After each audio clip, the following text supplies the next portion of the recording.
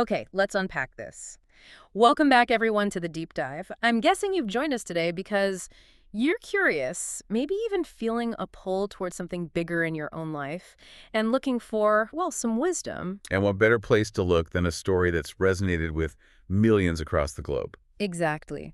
Today we're diving headfirst into Paulo Coelho's phenomenon, The Alchemist. It's a book that really seems to tap into something fundamental, doesn't it? That search for meaning, for destiny. It absolutely does. And our goal today isn't just to skim the plot, we're going deep. We'll use the book itself, our primary source, as our map to really trace Santiago's journey. Following his footsteps, so to speak. Yeah, and dissecting what Coelho truly meant by pursuing one's personal legend. What does that look like in practice? What are the real psychological, maybe even spiritual hurdles? It's a fascinating blend. On one hand, it has this simple, fable-like quality. But underneath, there are layers of quite profound, almost esoteric ideas about destiny, connection, how the universe speaks to us. All wrapped up in this journey of a young shepherd. Let's start there. Tell us about Santiago. Right, so we meet Santiago. He's a young shepherd in Andalusia, Spain. His life is, well, it's comfortable, predictable. He knows his sheep, he knows the fields. Sounds pretty content, actually. He is, or at least he thinks he is. But then, this dream starts. A recurring dream. Ah, the catalyst. Precisely. A dream about finding a hidden treasure way over by the Egyptian pyramids. And it's this dream that just shatters his comfortable reality. It plants a seed of dissatisfaction or maybe aspiration. Aspiration, I think. It gives his life a sudden, unexpected direction. The source material is quite clear. This dream isn't just a random thought. It's presented as the universe's first whisper. A whisper of his purpose. Exactly. His personal legend calling to him. It's that classic inciting moment where a quiet life is suddenly propelled onto a much grander stage. The comfort has to be traded for something more. Which immediately brings up a question, doesn't it? Why isn't that comfortable life enough once you hear that call? Why the sudden internal tension? That's a great question. The book suggests that this personal legend, this purpose, isn't just an external goal. It's something woven into the fabric of existence, into what Coelho calls the soul of the world. So ignoring it creates a kind of psychic friction. Something like that. An unease. A sense that you're missing out on your true potential. Santiago wasn't unhappy per se, but the dream lights up the path he's meant to walk. It gives form to that inner yearning. Okay, let's really dig into this concept then, the personal legend. It's the absolute core of the book. How should we understand it beyond just, your destiny? Is it just the end point, the treasure? No, not at all. And that's crucial. The source material emphasizes that while the personal legend is your unique destiny, the meaning isn't found solely in achieving the final goal. So it's not just about getting to the pyramids. Right. It's much more about the journey itself. Yeah. The act of pursuing that goal, the movement towards it, that's what gives life meaning, direction, even joy, according to Coelho. It's the process, not just the prize. Meaning is generated during the quest. That makes sense. But Santiago, he's just a shepherd at this point. He needs something more concrete, right? Some validation for this huge, life-altering idea. And that's where Melchizedek comes in, the mysterious old king of Salem. He appears almost out of nowhere. He's like the wise old guide figure. Exactly. He's the catalyst who gives Santiago the push he needs. He confirms that the dream isn't just a fantasy, it's real, it's important. He essentially validates Santiago's intuition. And tells him about the personal legend explicitly. Yes, he formalizes the concept for Santiago. But he also introduces the idea of the necessary price. There's always a cost to starting the journey. Ah, the sacrifice. What does Melchizedek ask for? He asks for a tenth of Santiago's sheep. Hmm. But it's symbolic, really. He's demanding that Santiago let go of the known, the familiar, the secure. Selling those sheep means giving up his entire way of life. The safety net. Precisely. Melchizedek knows Santiago can't fully commit to the new path while clinging to the old. That willingness to sacrifice security is the very first test. It's an act of faith. But Melchizedek doesn't just take. He gives Santiago something too, right? Those stones, Urim and Thummim. Yes. Those are fascinating. They're presented as tools for interpreting the omens, the language the universe uses to guide you. Omens. We'll need to talk more about those. Definitely. Urim and Thummim, one black stone, one white, basically represent yes and no. They're for times when the signs are confusing. Like training wheels for reading the universe. That's a good way to put it. They teach Santiago that pursuing his legend involves two things: making the commitment, the sacrifice Melchizedek demands, and then learning to read the signs along the way. They bridge that gap between the big idea of destiny and the small, everyday choices. So Santiago makes the leap, sells his sheep, gets the money, crosses the Straits of Gibraltar to Tangier, and boom, disaster strikes immediately. Immediately, he trusts someone who seems helpful and gets robbed of everything, every last cent. Talk about a brutal welcome to the new life. This feels like a really critical moment. It's absolutely pivotal. It's the universe, or perhaps just cruel circumstance, testing his resolve right out of the gate. He sacrificed everything, stepped out in faith, and this is his reward. Utter destitution in a foreign land. This is where I imagine a lot of people would just give up, go home. Exactly. It filters out the tourists from the pilgrims, you could say, those who just like the idea of the treasure versus those truly committed to the journey, warts and all. And this resonates, doesn't it? That feeling of taking a huge risk only to face immediate, crushing failure. How do you possibly recover from that? Especially when it feels like the very belief system that propelled you has let you down. Well, the novel gives us the answer through Santiago's next phase. Yeah. The crystal merchant. He can't physically continue the quest for the pyramids now. He has no money. So he has to take a detour. He gets a job. Yes, he starts working in a struggling crystal shop. And this period, working for the crystal merchant, isn't just about earning money back. It's arguably one of the most important psychological lessons in the entire book. A profound warning. Oh, warning. Let's unpack the crystal merchant himself. He seems like a key character, almost a foil to Santiago. What does he represent? He represents the danger of deferred dreams, Yeah. the fear of fulfillment, maybe. He embodies the opposite problem to Santiago's initial setback. Oh, so? The crystal merchant has his own lifelong dream to make the Hajj, the pilgrimage to Mecca. It's his personal legend, you could say. Mhm. And unlike Santiago initially, the merchant actually has the money. He could go. But he doesn't. Why not? He's worked his whole life, runs this shop. He's afraid. Yeah. He explicitly tells Santiago that the dream of going to Mecca is what keeps him alive, what gives him the strength to face the monotony of his days. He's terrified that if he actually achieved it, The reality might not live up to the dream. Or maybe worse. or worse, that afterwards he'd have nothing left to hope for. The dream itself provides the purpose. Achieving it might leave him feeling empty. So he polishes his crystals and keeps Mecca safely as an idea, a fantasy. Wow. So he chooses the comfort of the unrealized dream over the risk and potential disappointment of actually living it. He's stuck. Perfectly put. Paralyzed by the fear of completion, or maybe the fear of what comes after, Santiago learns so much from him. On a practical level, patience, business sense, how to improve the shop. But on a deeper level, On a deeper level, he sees a vision of his potential future if he gives up. He sees what happens when you let the dream die, or worse, keep it alive only as a dream. He learns he must never become like the merchant. so that detour wasn't a failure at all. It was essential education. Absolutely. It taught him resilience, the value of work, but most importantly, it solidified his commitment. He saw the cost of complacency firsthand. It fueled his resolve to get back on the path. Okay, so Santiago, armed with this powerful lesson in his earnings, makes the choice again to leave relative security behind. He steps back onto the path towards Egypt. This feels like a shift, moving from those initial tests of commitment to something more philosophical. Definitely. The journey now takes him into the vast desert, and he joins a caravan. And it's here he encounters the next major figure, Yeah. the Englishman. Right, the Englishman. What's his role in Santiago's development? The Englishman elevates the quest. He introduces Santiago and us to the world of alchemy. He's not searching for buried treasure. He's searching for a person. An alchemist. A specific legendary one living at the oasis they're heading towards. Exactly. The Englishman believes this alchemist holds the secret to the masterwork. The masterwork. Okay, break that down for us. In traditional alchemy, that's the ultimate goal, isn't it? It is. And according to the sources here, it has two key parts. First, the creation of the philosopher's stone. The stone that can turn any metal, like lead, into pure gold, the classic image of alchemy, That's the one. And the second part is the elixir of life. which supposedly grants immortality or at least cures all ills. Right. So the Englishman is on this very esoteric, almost obsessive quest for these legendary substances. But how does this connect back to Santiago? He's just trying to find some gold buried near the pyramids. It seems like a totally different kind of quest. But here's where Coelho gets really clever. The novel uses alchemy almost entirely as a metaphor A metaphor. for personal transformation. The alchemist himself later teaches Santiago that turning lead into gold isn't just about metal. It mirrors the process of purifying the self. Okay, I see. Shedding your base instincts, your fears the lead to achieve your highest potential, your true self the gold. Precisely. The philosopher's stone becomes a symbol for achieving that state of personal perfection or enlightenment.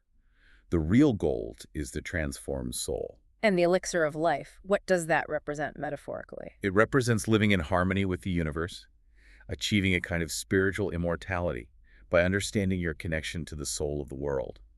It's about transcending the limitations of the ego and living in tune with eternity, even while you're alive. So the Englishman, maybe unknowingly, gives Santiago the language, the framework to understand his own inner journey. Exactly. Santiago starts reading the Englishman's dense alchemy books on the caravan journey, and while he finds them confusing compared to observing the desert, He starts absorbing these core concepts, like the soul of the world and the language of the universe. Let's talk about those. They sound pretty central. they are the philosophical bedrock of the book. The soul of the world is described as this unifying life force, a consciousness that connects everything, people, animals, rocks, the desert, the stars. Everything is alive and interconnected within it, And the language of the universe, how does this soul communicate? primarily through omens, signs, coincidences, feelings, dreams, like Santiago's initial one. It's a language without words. The universe of constantly sending signals to guide those who are pursuing their personal legend. But you have to learn how to read them. It's not like getting a text message. Not at all. It requires paying attention, intuition, connecting external events to your inner state. Think back to Melchizedek's stones. They were a basic tool. Now, Santiago needs to become fluent. Can you give an example from the book? An omen Santiago encounters. A key one happens later at the oasis. He sees two hawks fighting in the sky. For anyone else, it's just birds. But Santiago, now learning to listen, interprets it as a sign, an omen of impending violence, a tribal attack on the oasis. And he turns out to be right. He does. And the alchemist confirms that he correctly read the language of the universe. It shows the universe wants to help, it conspires in your favor, but only if you're attuned to its signals. So, learning alchemy in this metaphorical sense is really about learning to communicate with this deeper reality. Yes, it's about understanding that your personal journey, finding the treasure, is inseparable from the universal journey, connecting with the soul of the world. The outer quest requires inner transformation. This really reinforces that idea we touched on earlier about obstacles. They're not just roadblocks. They're lessons, essential parts of the curriculum. The robbery taught humility. The crystal merchant taught the danger of stagnation. Now, the desert itself, and even the Englishman's overly intellectual approach, are teaching Santiago about different ways of knowing, observing, versus just reading.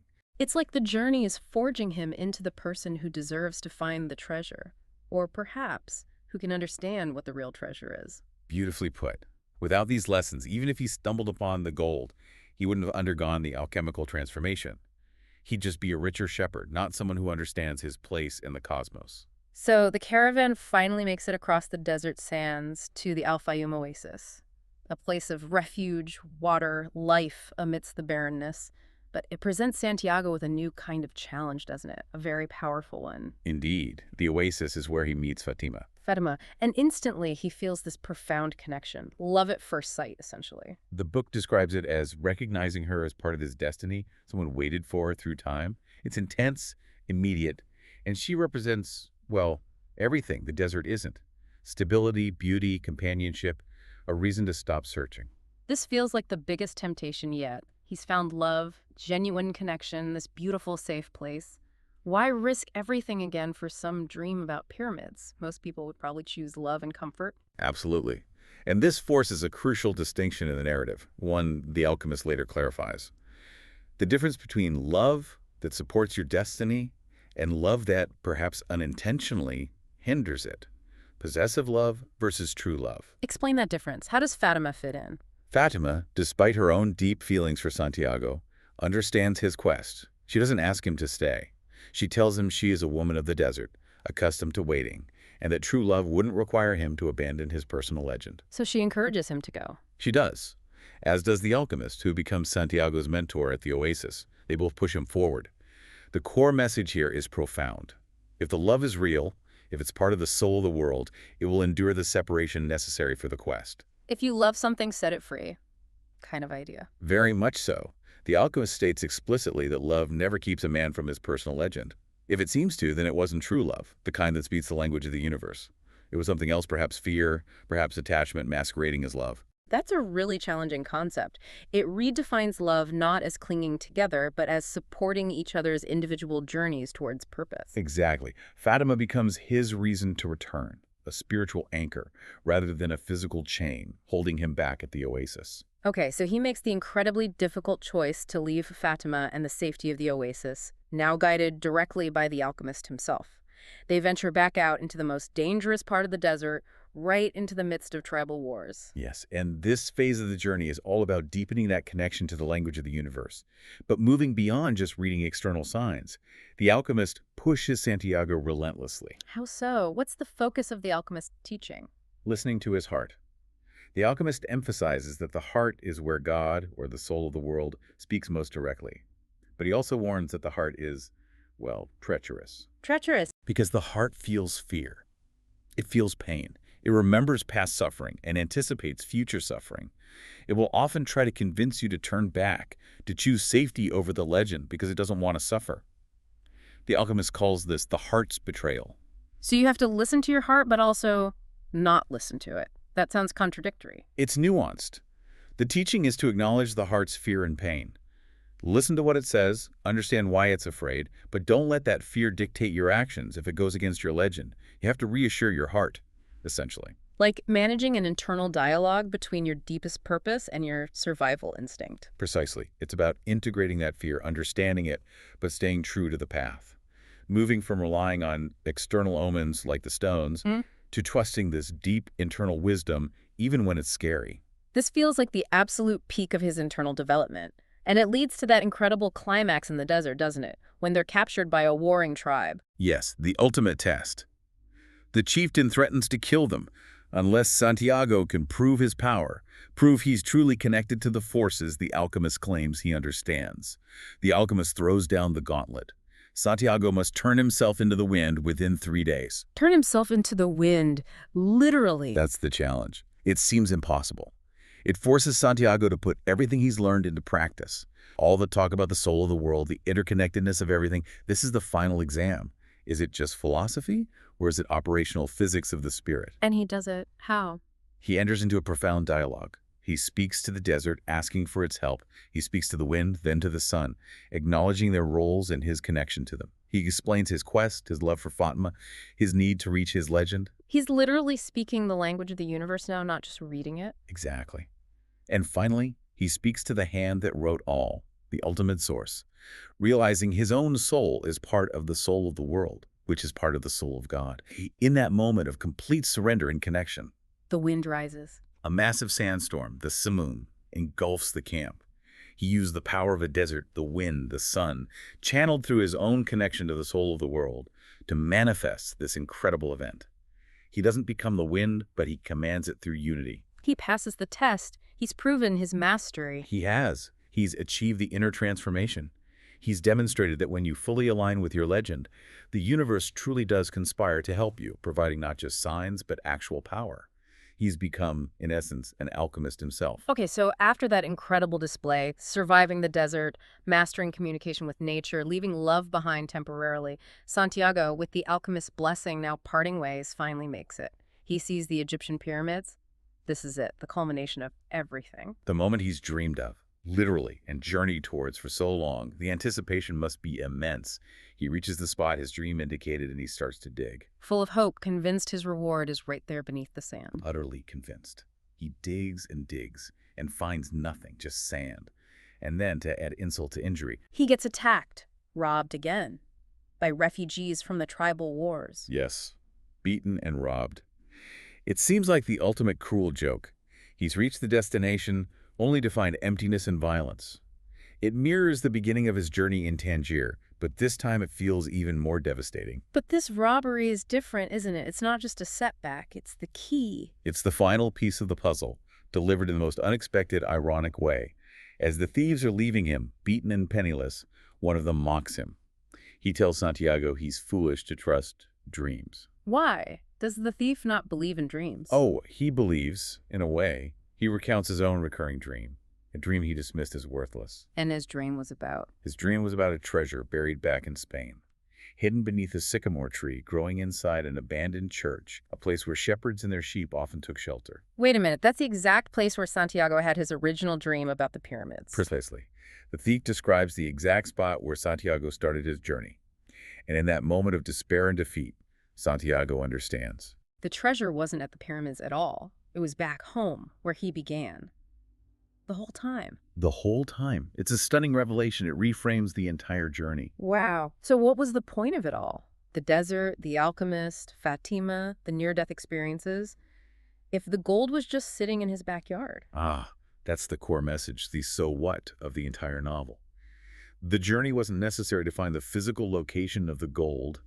The journey was necessary to transform Santiago. To make him the person capable of finding it, or maybe worthy of it. Exactly. Yeah. And capable of understanding its true value, which isn't just monetary. Think about it. If he'd just dug under the tree on day one, he'd have found the gold, yes. But he would still be just a shepherd. He wouldn't have learned the language of the universe. He wouldn't have met Fatima or the alchemist. He wouldn't have understood his connection to the soul of the world. He wouldn't have learned courage, resilience, the nature of tree love, or how to listen to his heart. He wouldn't have turned himself into the wind metaphorically or literally. The physical treasure was real, but it was almost like bait to lure him onto the path of self-discovery. That's a perfect way to see it. The treasure chest, which he does go back to Spain to find, full of gold and jewels, confirms the validity of the quest. It's the material proof. But the real treasure is the wisdom gained, the transformation achieved. It's the journey itself. It completely flips the script on achievement. We focus so much on the destination, the goal. Coelho seems to be arguing that who you become en route is the actual prize. Absolutely.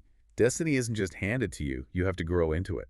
The universe needed him to go through the crucible of the desert to be ready for the treasure, both the gold and the wisdom. The process was the point. Okay, let's try and boil this down. If we were to synthesize the key takeaways from this deep dive into The Alchemist, what would the main pillars be for our listeners? I think there are four crucial ones that stand out from the source. First, pursuing your personal legend, your unique dream, is what gives life meaning and purpose. Ignoring it leads to a kind of spiritual stagnation, like the crystal merchant. Right. Pillar one, follow your dream. What's the second? Second, obstacles are not failures. They are essential teachers. Ah. Every single setback Santiago faced, the robbery, the desert, the tribal wars, was a necessary lesson preparing him for the next stage. Embrace the challenges. Okay. Third pillar. Third, tree love supports your destiny. It doesn't hinder it. The connection with Fatima wasn't a reason to stop, but a reason to fulfill his legend and return. Real love grants freedom. Love empowers, it doesn't trap. Got it. And the final one. Finally, the fourth pillar. The true treasure is almost always internal. While there might be a material reward at the end, the invaluable prize is the wisdom, the resilience, the connection, the self-knowledge you gain along the way. The journey transforms you into the treasure. Becoming the alchemist of your own life, essentially. That's the ultimate masterwork. Hashtag tag outro. So wrapping up our deep dive today, The Alchemist really is more than just a story, isn't it? It reads almost like a guidebook. A manual for navigating life, perhaps. Understanding that we're part of something much larger, this interconnected universe. And learning to trust that inner voice, that pull towards our own legend, even when the path looks confusing or downright dangerous. Trusting your heart, as the alchemist would say. And trusting that the universe is communicating, constantly giving us those omens, those signs, if we just learn how to pay attention. It suggests a world that's fundamentally benevolent towards those who are brave enough to pursue their dreams. It definitely makes you look at coincidences differently. Maybe that chance meeting or that unexpected opportunity wasn't so random after all. Maybe is the universe conspiring in your favor, nudging you along. That's the hopeful perspective the book offers. Which brings us to our final thought for you, our listeners, to mull over after this discussion. Something to really chew on. Yes, let's leave you with this.